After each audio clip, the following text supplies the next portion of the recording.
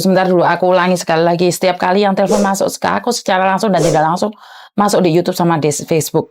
Dan jangan menyebut nama siapapun, walaupun namamu sendiri, karena saya tidak ingin ada masalah di belakangnya.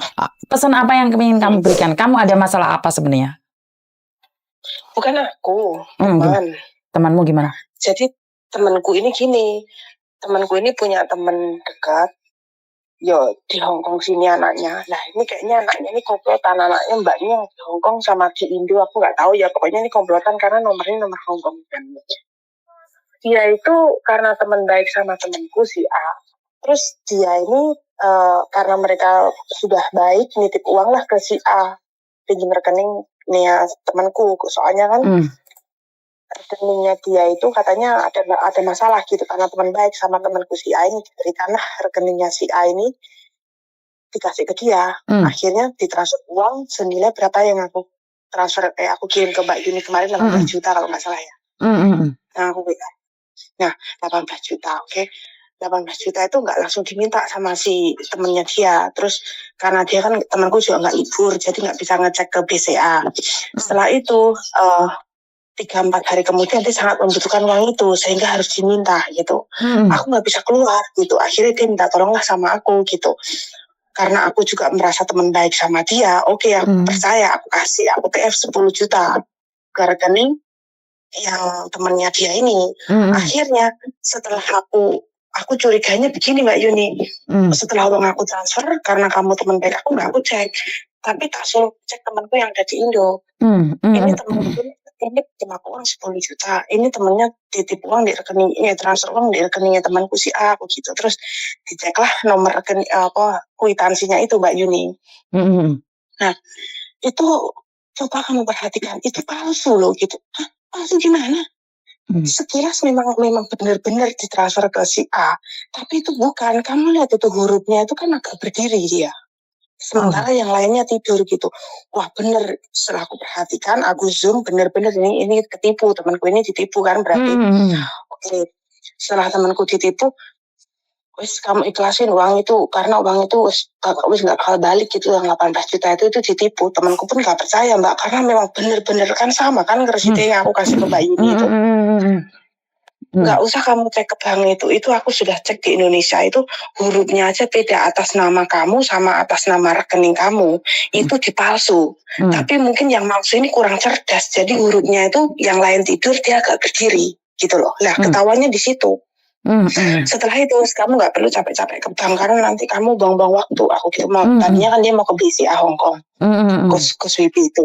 Akhirnya ya wes lah gitu karena kena tipu wes. Kontaknya diblok sama dia, terus bahkan aku juga telepon sama si orang ini ada di Hongkong Mbak Yuni, nomornya di Hongkong. Oke, terus kamu kok kayak gini ya jadi orang penipu. Loh, aku penipu apa? Karena aku nggak kenal ya, aku sudah tahu kok kedok kamu itu memperalat temanku si A. Berkedok apa aku kan nggak tahu, itu kan kalian yang tahu. Tapi kamu ini penipu, aku mau dituntut Mbak Yun. Terus aku diancam-ancam aku, loh aku nipu apa gini, kamu pencemaran nama baik gini, aku nggak menyemarkan nama baik orang. Faktanya itu hurufnya kamu perhatikan itu, aku yang bodoh apa kamu yang tolol, aku gitu. Itu hurufnya itu salah, itu resitnya bener dari Singapura transfer uang ke temanku si A ini bener, tapi kamu palsu atas namanya, itu kamu palsu loh, aku gitu. Kamu udah dapat uang 10 juta dari kita, aku gitu. Terus setelah itu 1-2 udah nomorku, aku kan diancam-ancam Mbak, aku yang diancam-ancam Mbak Yun, sampai WA aku ini dilaporkan di blok WA aku. Jahat banget dia. Jadi WA aku ini sempat nggak bisa aktif, semua nomor kontak hilang karena mungkin nomor WA aku dilaporkan sama 10 orang atau lebih dari 5 orang itu loh Mbak Yun, jadi kan di blok total dia. Terus ya wes lah, aku udah tahu ini kerjaannya nih orang, aku gitu. Karena aku nggak punya nomor penting sama orang dan aku nggak punya masalah, ya wes nggak masalah, WA aku di blok aku gitu. Akhirnya 1 waktu kemudian minta lagi uangnya Mbak ke temanku si A ini. WA lagi, WA kan aku kasih ke Mbak Yuni juga kan, WA-nya katanya uangnya masih kurang, Beb, uangnya masih kurang kan, yang titipnya 18 juta. Itu kan kamu kan kasih 10 sama 3, berarti kan 13, berarti kan sisanya masih kurang. Masih punya muka dia minta uang sama si A lagi. Terus Sama temanku ya nggak dihiraukan loh. sudah tahu lek kamu kena tipu. Nggak perlu ke bank kamu itu ditipu. Itu resitnya itu coba kamu perhatikan. Sekilas memang benar. Dan itu resit memang original, asli gitu resit. Cuma yang dipalsu di sini nomor rekening kamu sama nama kamu, aku gitu. Aku sama temanku si A ini juga berdebat. Bertengkar itu gara-gara ini, karena dia nggak percaya. Dia lo baik kali, Kak. Dia tinggal di mana? Aku bilang, katanya daerah Dungu. Aku udah pernah ketemu belum sama nih anak gitu. Katanya belum, Alik. Belum gitu kan. Oke, aku belum pernah ketemu. Berarti kan aku nggak kenal sama si temanmu ini, aku gitu. Yang jelas kamu ditipu, aku gitu. Dia pun nggak percaya lek ditipu, Mbak Yuni.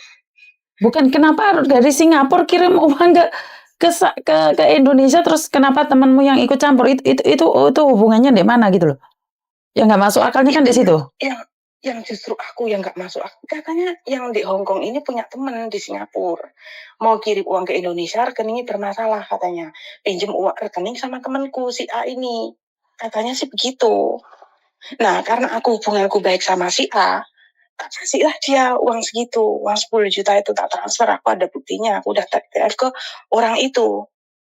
Terus? Setelah itu, aku punya pikiran kok, loh, aku kan biasa TF uang sama si A ini dalam jumlah besar gitu. Cuma kan aku kok ini dari uang dari resit dari Singapura.